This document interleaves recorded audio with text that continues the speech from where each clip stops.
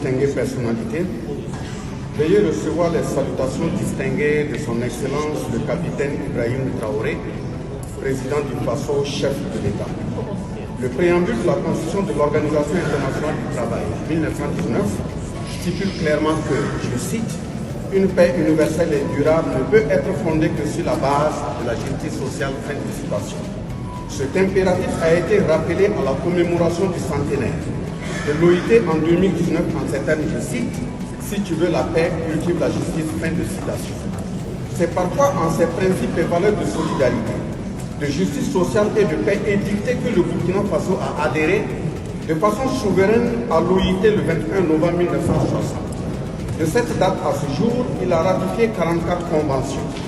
Depuis 2015, une guerre de prédation baptisée terrorisme lui est lâchement imposée pour mieux piller ses richesses. Face au mutisme presque général de la communauté internationale frisant d'insensibilité par la complicité de certains États et ayant davantage compris et retenu que la survie, la stabilité, l'épanouissement et le progrès social véritable d'un pays ne découleront pas de tonnage de conventions ratifiées, encore moins d'une présence artificielle dans une foison d'organisation, le peuple burkinabé s'est résolument engagé et déterminé dans une lutte qui consent les sacrifices à la hauteur du défi historique qui est la conquête de sa souveraineté pleine et entière. Car c'est à cette seule condition que nous vivrons libres et dignes. Je félicite le directeur général du BIT, dont le rapport intitulé, je cite, « Vers un nouveau contrat social », fin de citation, est non seulement interpellateur, mais aussi et surtout confirme amplement cette analyse et vision du Burkina Faso. Encore faudrait-il que cela soit compris et vécu dans les faits par les dirigeants du monde en général et surtout ceux africains que nous sommes, car ce sont encore malheureusement parmi nous dirigeants africains que certains semblent toujours mal assimiler et assumer les leçons de l'histoire sur la traite négrière, l'esclavage, la colonisation et le néocolonialisme en continuant de se faire l'illusion suicidaire sur une condescendance d'un maître prétendant les affranchir. En effet, sur les bordures des océans flottent les corps sans vie de nos jeunes Africains. Dans nos contrées, des médicaments sont convoyés pour tuer les patients et non les germes des maladies. Des tonnages d'aliments sont déversés sur le continent noir pour rendre malades et infertiles. Des conventions et accords sont signés pour embrigader et aliéner. Du chantage vide à travers des financements organisationnels pour tenter d'imposer l'homosexualité à nos pays. Des dirigeants recrutés et entretenus pour être des vrais négriers de salon, etc. Et cela se joue jusqu'à la représentation au rabais des peuples africains dans des instances internationales, même en violant les principes simples et règles de décence.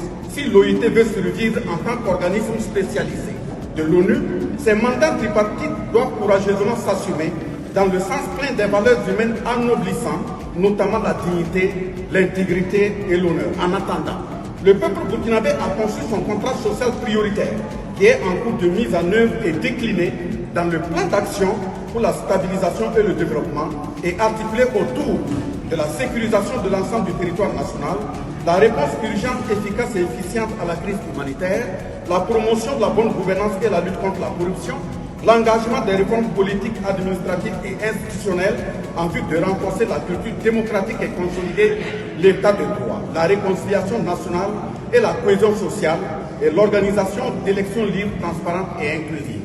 C'est désormais et uniquement dans ce sens de conquête de notre souveraineté que les ratifications de conventions, leur mise en œuvre et notre présence dans des organisations seront soumises à la décision souveraine du peuple et non pour complaire ou plaire à qui que ce soit.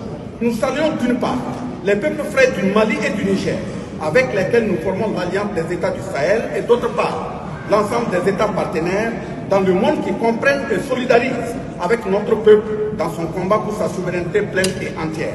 Notre profonde compassion, solidarité et sincère condoléances aux peuples iraniens, russes et palestiniens pour les instants douloureux vécus dans leurs pays respectifs. Vive l'Alliance des États du Sahel, vive les peuples en lutte pour leur souveraineté, vive le Burkina Faso, pays des hommes intègres, vive l'OIT, la patrie ou la mort, nous vaincrons.